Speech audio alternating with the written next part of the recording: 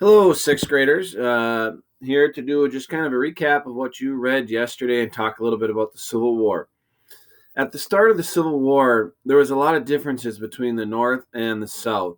The North had a lot of these big cities, big farms that were there for producing food, which was different than those large farms or plantations in the South, where they were more like tobacco, indigo, things that you really couldn't eat.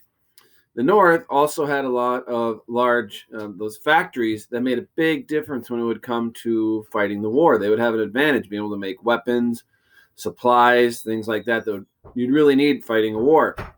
And they also had a larger population because in the South, most of their population was slaves. And if you're fighting a war, you're not going to have slaves fighting for you.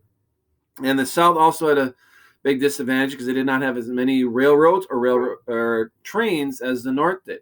So if you need to move supplies, people around, moving by trains was one of the big things they had back then. So it was very important that you had those, and the South did not have a lot of those.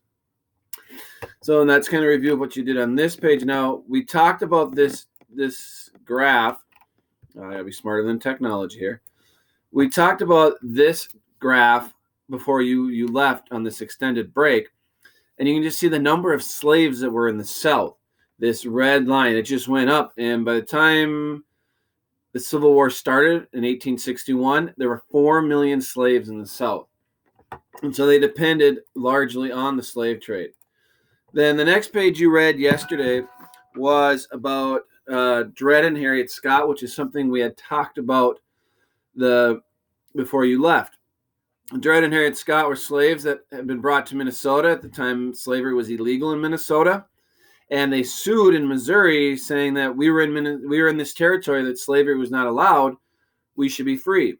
Well, it went all the way up to the Supreme Court, and the Supreme Court said African Americans, those with black skin, were not citizens, so they had no rights under our Constitution. And they also said that slaves were property, and slave owners could not have their property taken from them. So this was a major ruling that impacted millions of slaves.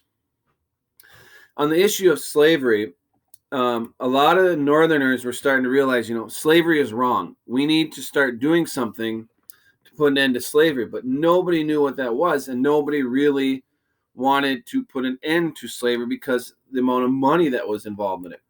So this chart you saw yesterday in what you read, and it shows how the North benefited from slavery. So you have the southern plantations where they're growing cotton, in this example of cotton.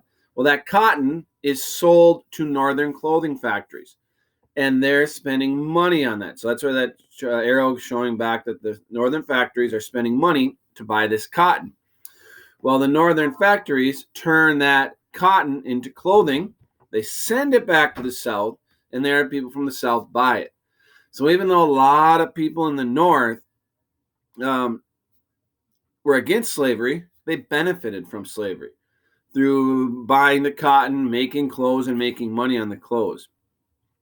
So even though people were against it, they still weren't sure how to end it because of how important it was, how much money it made them.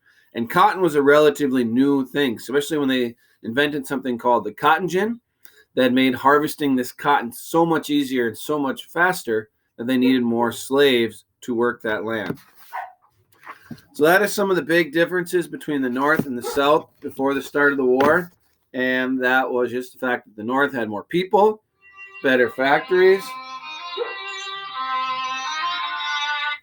Sorry, I got a phone call there. Forgot to put it on pause, or my phone on mute. They had more people, bigger factories, more food farms to feed their armies, and railroads. That was an important thing. And the South had a lot of land, but a lot of it was these large plantations that really aren't producing food that you can eat, and their population was less. If you have any questions about what you read yesterday or anything you're doing today, please don't hesitate to email or give me a call. I miss seeing y'all. Bye.